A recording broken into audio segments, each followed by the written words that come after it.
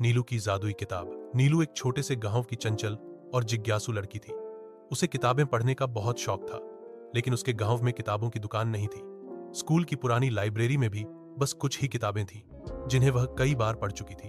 एक दिन नीलू खेतों के पास खेल रही थी, तभी उसे एक अजीब सी चमकती चीज दिखी। उसने झाड़ियों के बीच हाथ डाला तो वहां एक पुरानी सुनहरी कवर वाली किताब मिली। किताब के ऊपर बड़े सुंदर अक्षरों में लिखा था, जादुई कहानियों की किताब। नीलू की आंखें खुशी से चमक उठीं। उसने जैसे ही किताब खोली, पन्ने अपने आप पलटने लगे और किताब से सुनहरी रोशनी निकलने लगी। अचानक नीलू खुद को एक सुंदर जंगल में खड़ा पाया। चारों ओर रंग बिरंगे फूल, बोलते हुए तोते और हंसते हुए खरगोश थे। एक चिड़िया उसके पास आई और बोली, नीलू, तुम जादुई किताब की दुनिया में आ गई हो। अगर तुम 3 नेक काम करोगी तो तुम्हें एक खास वरदान मिलेगा। नीलू ने पहले काम में एक घायल हिरन की मरहम पट्टी की।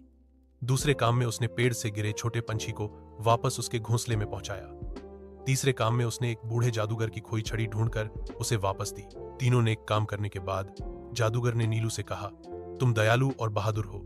मैं तुम्हें एक वरदान देता हूं। यह किताब अब तुम्हारे साथ रहेगी और जब भी तुम कोई नई कहानी पढ़ना चाहोगी, यह तुम्हें नई जगहों पर ले जाएगी। अगले ही पल नीलू अपने गांव में लौट आई। किताब अब भी उसके हाथ में थी, पर अब वह और भी मोटी लग रही थी। उसके माता पिता ने उसे देखा तो पहले हैरान हुए, लेकिन नीलू ने सबको अपनी अद्भुत यात्रा के बारे में बताया। गांव के बच्चों को भी अब रोज नई कहानियां सुनने को मिलने लगी। नीलू ने अपनी किताब को गांव की लाइब्रेरी में रख दिया, ताकि सभी बच्चे उससे नई नई कहानियां पढ़ सके।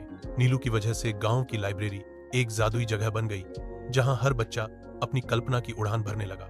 और नीलू हमेशा मुस्कुराती रहती, क्योंकि उसकी जादुई किताब अब उसकी सबसे अच्छी दोस्त बन चुकी थी।